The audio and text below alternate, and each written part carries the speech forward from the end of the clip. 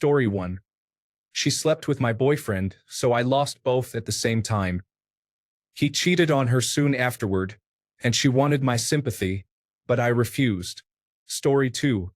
One of my good friends revealed that I am gay, and it took me 5 years to build enough self-respect to cut her off. Story 3. She simply disappeared. Years later, she reached out apologizing without actually explaining why she did it. I did not reply. Story 4. I became a father. I was the first in my group to become one. While I was changing diapers and feeding my child, they were at the football game and the pub. They never attempted to visit me or my child, so I stopped making any effort to contact them. Story 5. He got way too into the bar scene working as a cook, chef, and bartender, and due to drug and alcohol use, he changed too much for me to want to be around him. He got engaged and ghosted me. Later, I found out through the grapevine that his now wife gradually cut him off from all his friends to control his life. She texted me that she fell in love with me, could not imagine a life with him as her boyfriend or husband, and then blocked me on everything. He had a bipolar episode and suffered an accident that cost him his life. Rest in peace, my friend. You got me through 2 years of Linux in college and were always the life of any conversation. Story 6. Early childhood boyfriend. I moved countries for my parents' work, and technology was not good enough to maintain constant communication. Teenage and adulthood boyfriend, they moved countries to go back home, but technology is now amazing, so we are able to communicate a lot. It is not quite the same as having them physically here, but it is better than nothing. Story 7. She was more concerned with herself and her public image, and this was before social media. We had been growing apart for some time, but it became apparent after a vacation together. I was always the butt of her jokes and had enough. I cut ties quickly after realizing she had been using me as her jester for years. Story 8. She just started pulling away from me. She always thought people who lived in the city were worthy of her time. Anyone who lived in a suburb or in the country was trash. I had to sell my place and move in with my parents briefly because I wasn't as rich as her.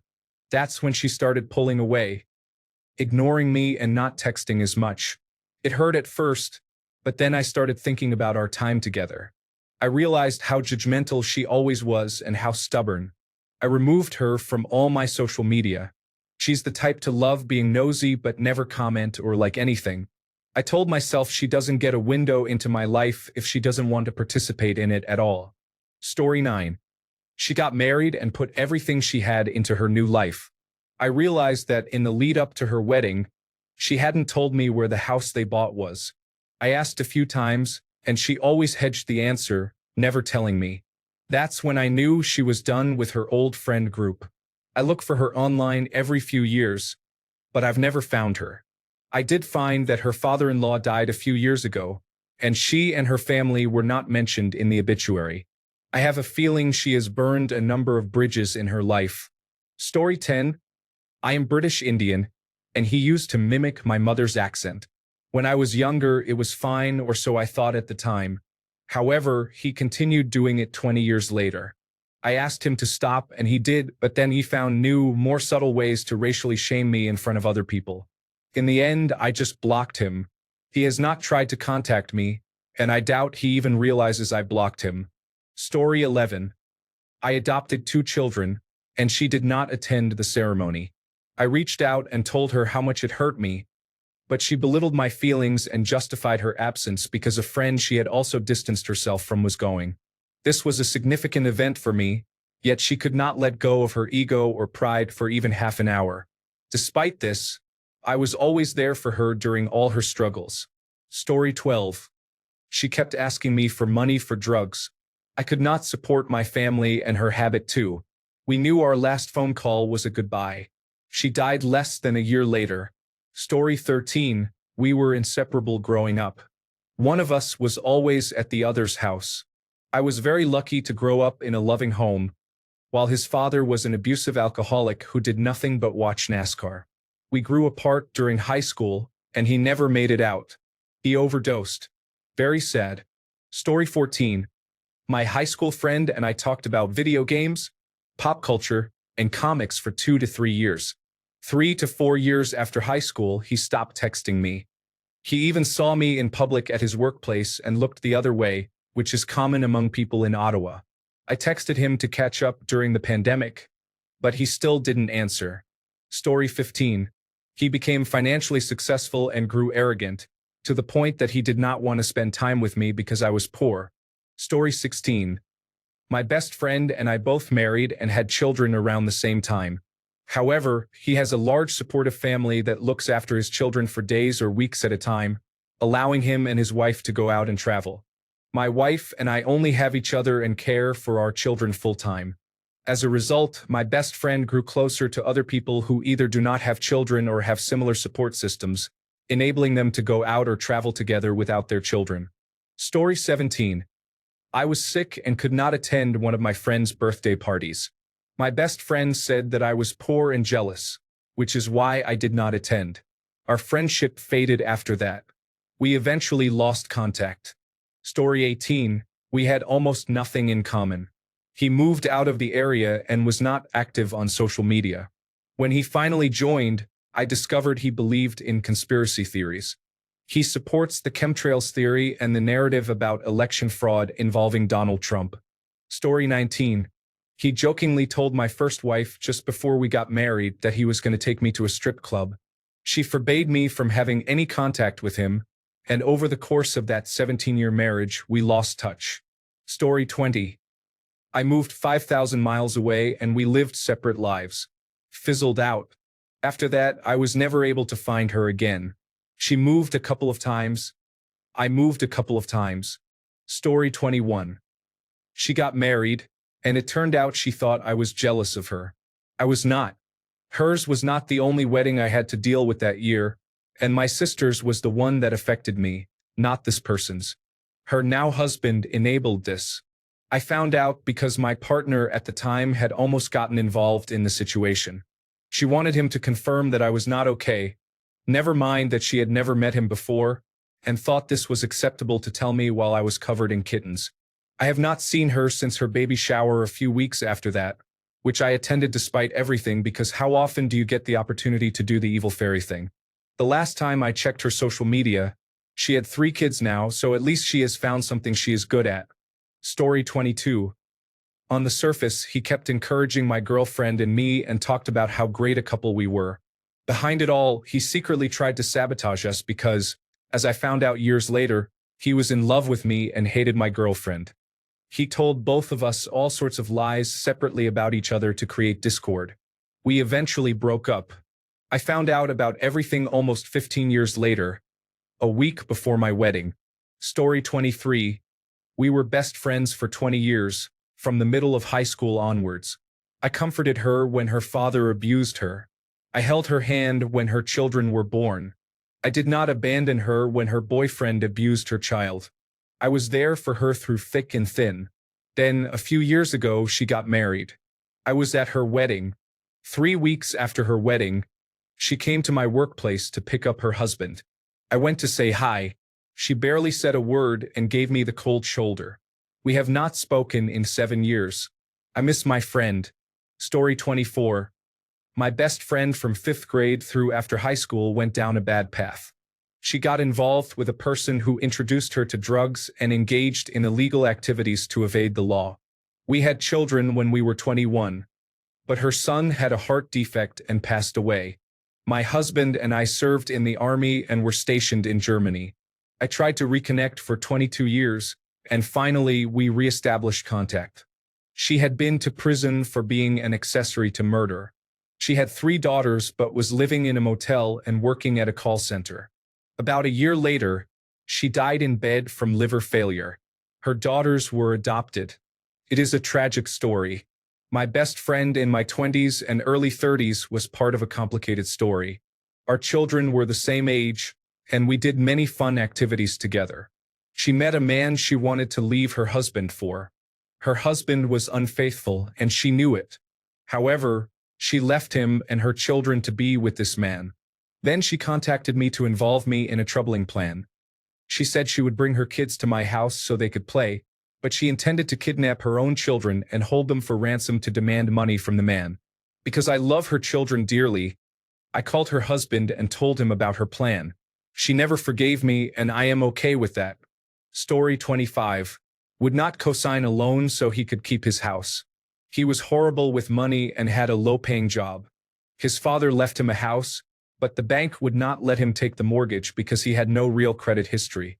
He has not talked to me in 5 years. Story 26. He got lost and went to find himself off in the grid at a hand-built homestead farm on an island. I received that information from a friend of a relative of his, who insisted that he did not want to be contacted by anyone ever. 12 years later, he gave me a call and we talked for a few hours. He insisted that he did indeed want to be left alone. Story 27. He died from complications related to cancer while waiting for another insurance policy to start. I was at the hospital with 2 of his sons when he passed. Story 28. Most of my best friends growing up, we just went in different directions. I seem to only be able to manage one close friend at a time, but my best friend now is still here and has been since 9th grade. It would take something catastrophic to separate us. Story 29. We were trains on 2 different tracks. My track kept going and his track stopped when he was 17. We have nothing in common anymore. When my dad died, he was more concerned and upset that he did not know I had graduated from college without his knowledge than supportive of me at the time. It told me a lot that he did not know I had finished school 5 years earlier. He was hurt because he thought he was smarter than me and never went past high school. Story 30. We were more than best friends. We were like brothers from different mothers. 15 years of the single best friendship I had ever experienced before or since. Then opioids entered the picture. He lost his marriage, his job, his relationship with his daughters, his actual brother, everyone. He accused me of being the problem with his divorce when it did not go the cheerful way he deluded himself into believing it would, like I had anything to do with their lawyers. He told me we were no longer friends because of it twice, and I forgave him with the warning of 3 strikes and you're out. Of course, he did, and I cut him out of my life completely. Several years later, he cleaned up, got sober, and rekindled his relationship with his daughters, who were heavily working on him to do so with me. In their words, I'm their second dad. I was more than open to the idea by that point, as I truly did love the man. But before he could bring himself to do so, cancer struck and took him incredibly quickly, robbing us of the chance. All of this has been the single greatest regret of my life, one I will never be able to let go of. I miss him. Story 31. Following COVID-19, my best friend and I had significant, separate struggles with housing and finances. We both ended up being homeless. Admittedly, I fell into some addiction issues that I have since overcome. She met a man and moved in with him more out of desperation for housing than anything else. This man had a very strict conservative attitude towards drugs, and he told her that if she were to see me or invite me over to the house, she would have to move out. I did not want to do that to her, of course, to make her lose her place, so we had to part ways. Even after I cleaned up, I was never welcomed in that man's home. Besides bumping into her in the grocery store one day, I lost contact with her. Story 32. I stopped putting in all the effort when they moved away. I had 3 of my closest friends move away in 1 year. Story 33. She developed severe mental health issues right after I moved across the country. She stopped answering calls and texts. For years, I did not even know if she was alive. We were each other's only friend when she stopped communicating at an important time in our lives, entering high school. We needed each other. For years later, when she finally contacted me again, too much damage had already been done. Story 34. I moved quite a bit and lost touch. 30 years later, he found my address and sent me a letter. Even though he now lives 2,000 miles away, we keep in contact. Story 35. She and I were best friends from middle school until the freshman year of high school. We were inseparable, and she helped me a lot. I even had a crush on her until she told me she does not support gay people and does not feel the same way about me. In freshman year, she moved back to Houston. We still missed each other, so we video called. However, she became very busy taking care of her siblings and starting a new life. She also became more Republican and expressed negative views toward LGBTQIA+ groups. Because of this, I decided to block her on social media and deleted her contact from my phone. Story 36. I had my best friend from school. We parted when he got a job in a different state, and I went to a different state for a job. Although we meet whenever we are both in our hometown at the same time, we stopped calling each other. I guess life happened to both of us. Story 37. This person was never a best friend nor a friend to begin with. I called her one last time to ask if she wanted to go out and do something. I don't remember what she said. I think she gave a nice excuse that she was somewhere else at the time and couldn't.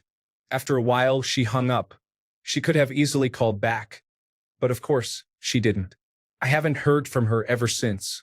I think it's been 12 years, maybe. I knew this whole thing was over from the moment I called her to the moment she hung up, and I knew she wouldn't call back. Ever.